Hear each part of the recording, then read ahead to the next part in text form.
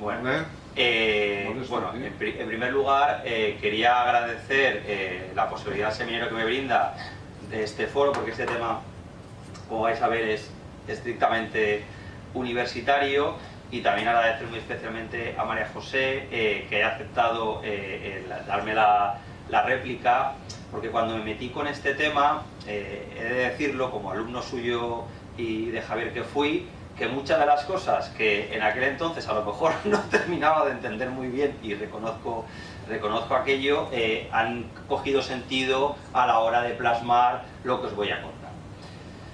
De todas formas, el título he intentado que sea también sugerente, hablándolo con María José, y mi planteamiento es el siguiente. Vamos a ver, al docente o al profesor universitario en la actualidad se nos exigen fundamentalmente 4 cosas: investigar a saco, dar clases a tocho y mocho, luego también muchas veces nos tenemos que implicar en la gestión académica, y luego hay una cosa que se suele hablar poco, y es la creciente burocratización. Cada vez estamos sometidos a más carga universitaria. Y esto contrasta con que los nuevos criterios de la NECA, que todos los que estáis en este mundo pues habéis visto, en este mundo académico, no en este mundo mundano, sino en este mundo académico, habéis visto que ha aumentado cada vez más el nivel de exigencia, especialmente en la investigación.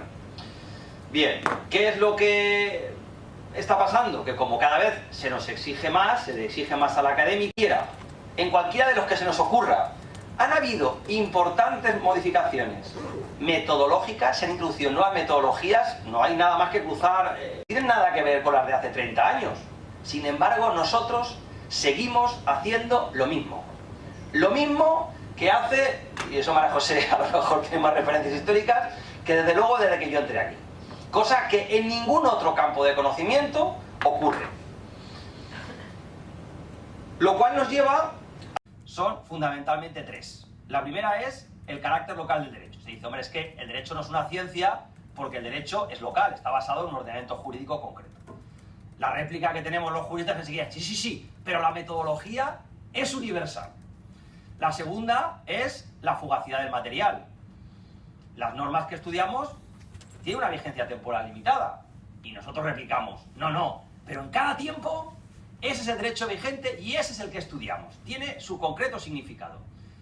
El tercero, que nos cuesta más, la verdad, salir de ahí, es el arbitrio judicial.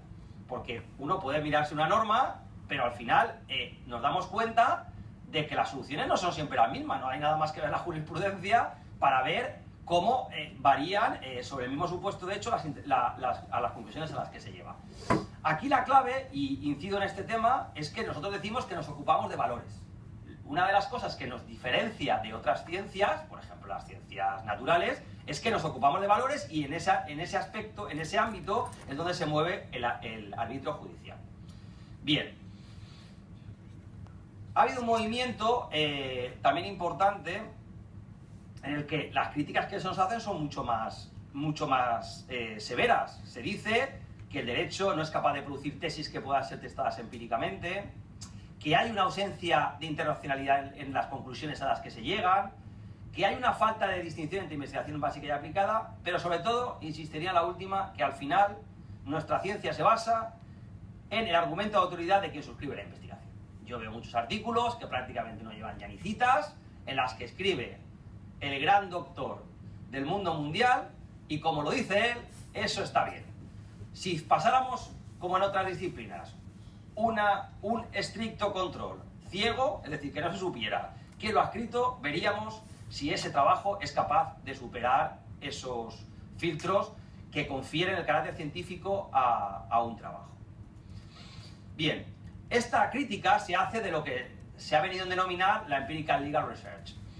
Esta Empirical Legal Research agrupa fundamentalmente a 3 movimientos que han introducido metodologías cualitativas en la investigación relativa al derecho, que son la sociología jurídica, el análisis económico del derecho y las ciencias políticas.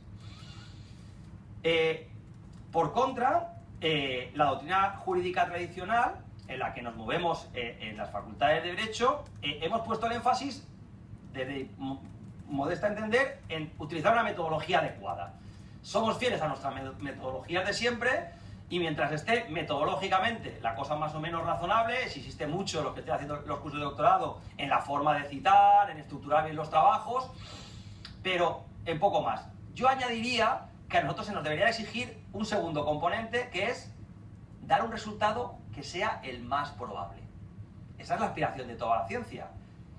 Por lo tanto, y lo pongo así subrayado, es el objetivo de buscar métodos que proporcionen un conocimiento razonable del derecho vigente. Razonable tanto en cuanto es fiable y es previsible. Cuando yo digo que la interpretación va a ser una, lo ideal es que para afianzar la seguridad jurídica sea así. Esto en las ciencias sociales es imposible, porque 2 más 2 sabemos que no son 4, pero por lo menos que sea la más, insisto, la más probable. Esto nos lleva, y con esto acabo esta parte de la exposición, a que el derecho es actualmente estudiado desde 2 perspectivas. Desde una perspectiva externa, que mira la norma desde fuera, ¿vale? Y aquí incluiríamos a lo que son lo que hemos dicho antes, el Empirical Legal Research. Es decir, aquí no se trata tanto de ver cuál es la interpretación más razonable de la norma, la más justa interpretación de la norma, sino de analizar cuáles son las consecuencias, por ejemplo, de la aplicación de una norma. Aquí estaría, por ejemplo, un estudio en el cual, tras una reforma del Código Penal, se viera cuál es el número de nuevos encarcelamientos. O, ante una reforma, no sé, o por ejemplo también, me gusta mucho este trabajo, un trabajo que se hizo en Estados Unidos sobre cuál es la cuantía que cobran los administradores judiciales en el equivalente a nuestro concurso de acreedores. Por tanto, no buscan estas disciplinas fundamentalmente, aunque luego hay algunas derivaciones, pero no buscan fundamentalmente decir cuál es la interpretación más correcta, sino lo que buscan es ver la norma desde una aproximación externa, y para ello utilizan métodos cualitativos, y esta es la clave, aunque sí que es verdad que de un tiempo a esta parte se empiezan a reconocer también métodos cualitativos, ¿vale? Aunque ya digo que los cualitativos, para los que vienen del empirical, no terminan de molar mucho. Ahí tiene que haber numerito, que si todo no es numerito, parece como que la cosa no les cuadra. Y luego está la doctrina tradicional, que estudia la norma desde una perspectiva interna, y por lo tanto, como está atendiendo a valores, tiene que adoptar una perspectiva necesariamente cualitativa. Yo puedo decir que una norma produce un efecto de muchos encarcelamientos, pero llegar a la conclusión de que es profundamente injusta o justa. Son 2 cosas que, desde mi punto de vista, son fáciles, bueno, a veces no tanto, pero vamos, son razonablemente separables. Bien, ¿cuál es la propuesta? La propuesta que yo hago para avanzar es la de la utilización del método Delphi.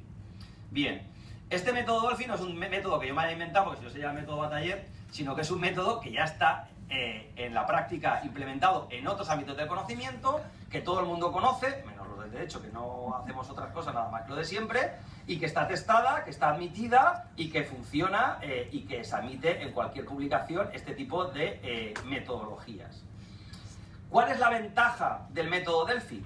Que permite obtener un juicio grupal. Es decir, el método Delphi no nos va a proporcionar una adición de juicios individuales, sino que la propia interrelación, la propia metodología permite que los expertos interactúen entre ellos y alcanzar una opinión grupal.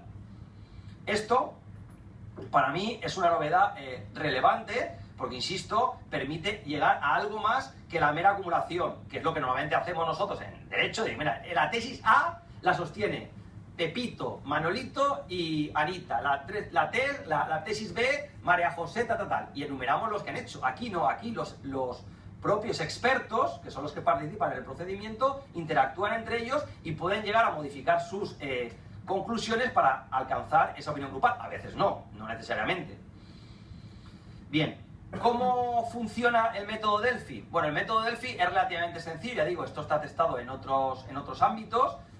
Empieza con acotar el problema. Esto no se trata de empezar a hacer encuestas y ya está. Lo primero que hay que hacer, especialmente en el ámbito jurídico, es ver qué es lo que vamos a estudiar y, sobre todo, cuáles son las preguntas que debemos de hacer, aunque de eso hablaremos después. Por tanto, vamos a delimitar el problema, vamos a estudiar cuáles son las cosas que hemos de delimitar. En segundo lugar, se va a hacer una selección de expertos. Esta es otra de las grandes ventajas de este procedimiento, que permite integrar a expertos de diferentes ámbitos. Por ejemplo, en un trabajo de patentes, pues podríamos perfectamente incluir a ingenieros que nos dieran una visión sobre lo que piensan sobre determinados conceptos que se puedan incluir en la ley de patentes. O puede ocurrir la evaluación de daño personal con los médicos, etcétera. ¿Vale? Una vez tenemos a los expertos seleccionados, se pasa a la elaboración del cuestionario, se les envía el cuestionario, se hacen diversas rondas con ese cuestionario, a partir de ahí se hace un estudio estadístico y se llega a obtener o no un consenso sobre el mismo. Bien, y esto, preguntaréis, joder, ¿y esto para qué? Bueno, yo en un artículo que he publicado, que este trabajo va a dar lugar, si Dios quiere, a 3 partes, que se van a publicar en 3 sitios distintos, pero la primera parte ya está publicada. En esta hablo de, por lo menos, a mí se me ocurre 4 aplicaciones. Y diría que la primera, para mí, es la más evidente y la más extrapolable a cualquier disciplina jurídica. Y es la decantación de conceptos jurídicos indeterminados sin previo pronunciamiento jurisprudencial. Es decir, si yo tengo que decantar qué significa buena fe, bueno, pues puedo decir lo que me plazca, es decir, mira, esto es científico porque lo digo yo, o cuando ha salido una nueva norma en la cual no hay ni siquiera trabajos previos, puedo hacer esta ronda con las encuestas para llegar a una solución que pienso que será más valiosa que la individual de una sola persona, que no deja de ser, desde mi modestísima opinión, una opinión basada en la autoridad, pero con poco sustento más allá de aquello.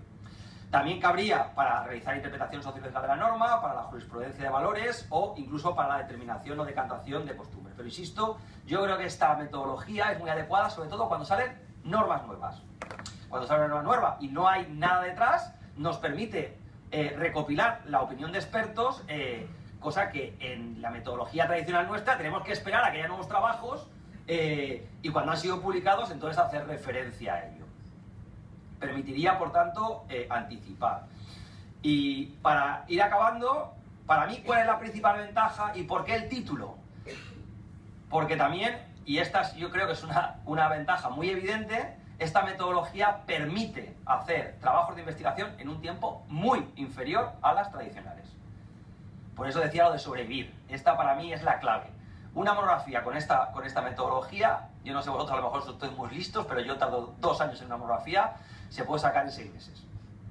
Se puede sacar en 6 meses. Porque hay una parte metodológica que me evita el tener que ir detrás de muchas otras cuestiones. Y hacerlo sin merma, evidentemente, de la fiabilidad de los resultados.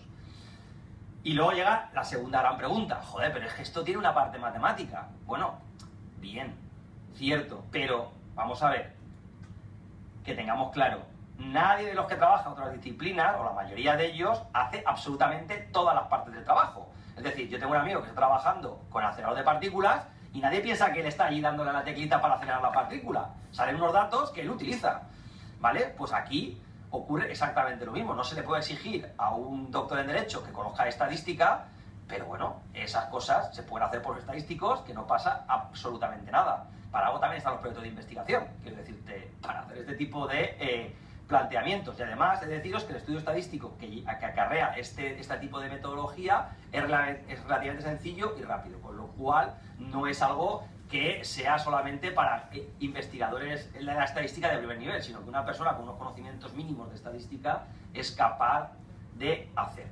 Y nada, esto es lo que quería contaros, espero que os haya interesado y quedo a vuestras preguntas, aunque primeramente la palabra la tiene evidentemente María José. Bien, pues me aplaudís ahora. Bien, bueno, pues muchas gracias al profesor.